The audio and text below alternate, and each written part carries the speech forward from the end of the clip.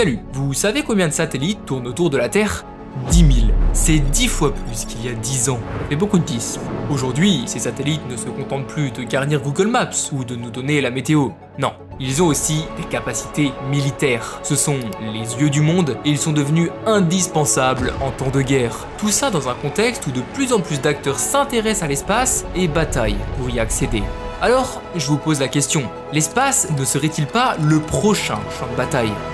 Dans cette vidéo, on vous partage ce qu'on a découvert sur ce sujet passionnant. Mais avant de sauter à pieds joints dans le sujet, on va se poser deux questions débiles. C'est quoi exactement l'espace et pourquoi on y va ? L'espace, c'est simplement la zone située à au moins 100 km de la Terre. On y va pour plusieurs raisons. D'abord, c'est un infini convoité. C'est un monde inconnu, presque magique, que l'homme rêve d'explorer car il a ce besoin de repousser ses limites et de défier sa propre connaissance. Et c'est pour ça que les Américains ont planté leur drapeau sur la Lune. We choose to go to the moon in this decade and do the other things, not because they are easy, but because they are hard. Il y a aussi des objectifs scientifiques, mais c'est surtout un moyen pour un État de faire une démonstration de sa puissance technologique. Ça va même plus loin. À votre avis, pourquoi un État cherche à dominer l'espace ? C'est simple, dominer l'espace, c'est dominer sur Terre. Pourquoi ? On va voir ça maintenant.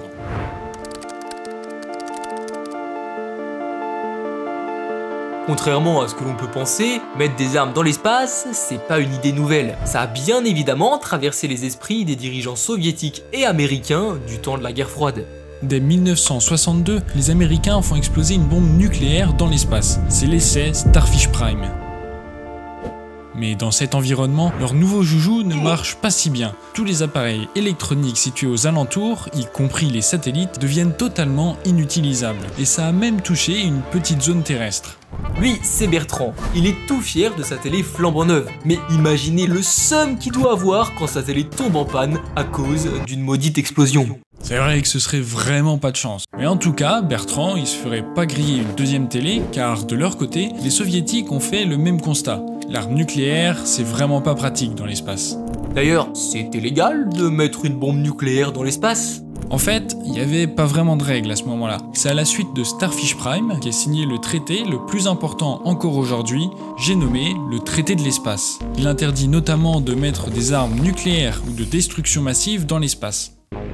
Dans le même temps, les deux grands mettent en place des satellites espions pour se surveiller mutuellement. C'est les programmes Zénith et Corona. Ces satellites permettent via des photos prises depuis l'espace d'évaluer le nombre de missiles balistiques que possède le camp adverse. Donc, jusque-là, la militarisation de l'espace se limite à un but d'équilibre stratégique. C'est-à-dire que les deux camps doivent avoir les mêmes arsenaux pour éviter que la balance penche d'un côté et donc éviter une guerre. Dans l'histoire, le meilleur moyen d'avoir la paix, ça a toujours été l'équilibre des puissances. Cependant, à la fin de la guerre froide, on atteint un autre level dans la militarisation de l'espace. En 1983, le président américain Ronald Reagan lance un dispositif qu'on appelle Guerre des étoiles. Vous allez vite comprendre pourquoi. C'est un vaste projet de défense anti-missile qui prévoit de créer un bouclier spatial capable de protéger tous les États-Unis d'une attaque au missile soviétique. Ça prévoit aussi de mettre des armes dans l'espace comme des lasers spatiaux. Vous avez compris, c'est de la science-fiction. Les objectifs sont technologiquement irréalisables pour l'époque, sans parler du coût pharaonique d'un tel programme. Même si c'est plus un coup de poker qu'une réelle ambition, la guerre des étoiles marque un tournant. L'espace est vu non seulement comme un lieu où on récolte des informations, mais aussi et surtout comme un espace de guerre. Regardez, il prévoyait d'intercepter des missiles. En tout cas, le programme Reagan écœure les soviétiques qui se retirent de la course aux armements.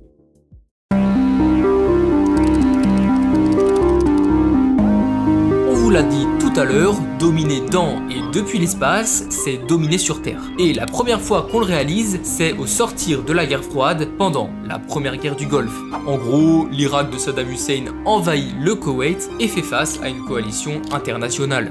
Cette guerre, c'est un véritable tournant, car les Américains découvrent l'importance capitale des satellites. Ils permettent de suivre avec précision les mouvements des troupes irakiennes, d'évaluer leur nombre de missiles ou encore de repérer leurs bases militaires. Un peu comme le fameux Big Brother vous observe. mais cette fois-ci depuis les étoiles. En clair, contrôler ces technologies, ça permet d'anticiper et de répondre aux menaces terrestres. Et c'est en partie grâce à cet appui spatial que l'Irak s'est fait écraser. Suite à cette victoire, les États-Unis consacrent un gros budget au lancement de satellites. Pendant 2 décennies, leur hégémonie dans l'espace est totale. Mais dès 2010, les enjeux changent et les acteurs se multiplient. Des puissances montantes comme la Chine ou l'Inde affichent de réelles ambitions dans l'espace. Et en parallèle, des acteurs privés aux poches bien remplies viennent s'ajouter à la fête. On peut penser à SpaceX ou à Blue Origin. Ces entreprises ont des objectifs assez différents des États, notamment réduire les coûts des lancements et aussi commercialiser l'espace, par exemple via le tourisme spatial.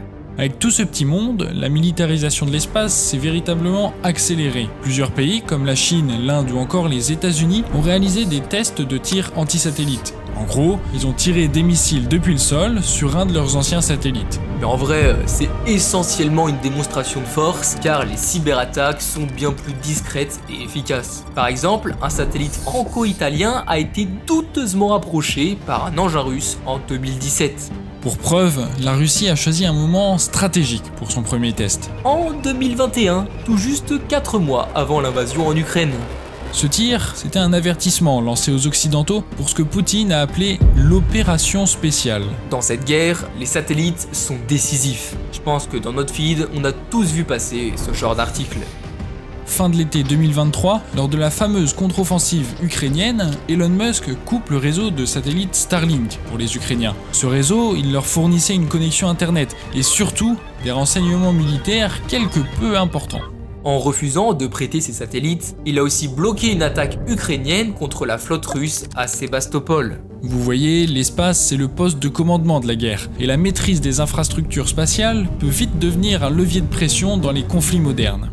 Cette situation nous amène aussi à nous questionner sur la puissance d'Elon Musk. À votre avis, combien de satellites il possède ? Ce qu'il faut savoir, c'est qu'en 10 ans, le nombre de satellites en orbite a été multiplié par 10. Il y en a aujourd'hui 10 000, et notre ami Elon, il en possède pas moins de 4 500 via ses entreprises SpaceX et Starlink. Mais si on rapporte cela au nombre de satellites actifs, Musk détient 2/3 des satellites. Ce qui peut expliquer pourquoi il a déclaré dans une interview récente « La seule chose que je ne peux pas faire, c'est lancer une guerre ».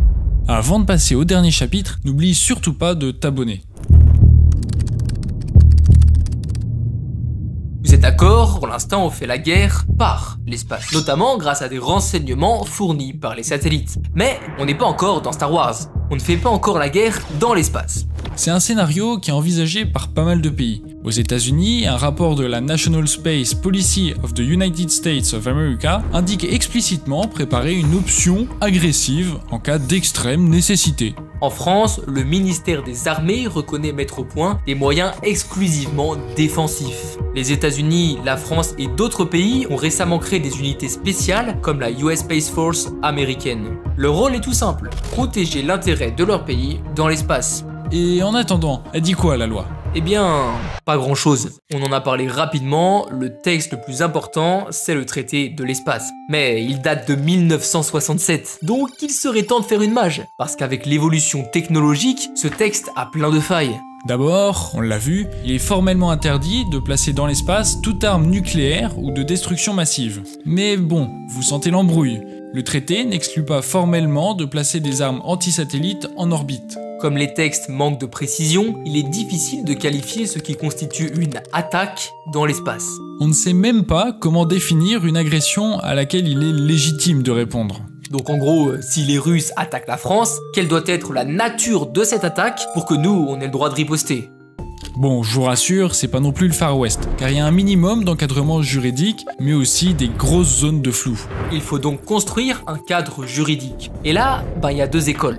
D'un côté, ceux qui veulent un espace sanctuarisé, c'est-à-dire sans armes. Et de l'autre, il y a ceux qui veulent un espace ressemblant à un match de MMA où quasiment tous les coups sont permis. Quoi qu'il en soit, pour avancer au niveau du droit, il faut que les grandes puissances tombent d'accord. Et c'est pas une mince affaire. D'ailleurs, les États-Unis ont refusé à 2 reprises le traité sur la non-prolifération des armes nucléaires dans l'espace qui a été proposé par la Chine et la Russie.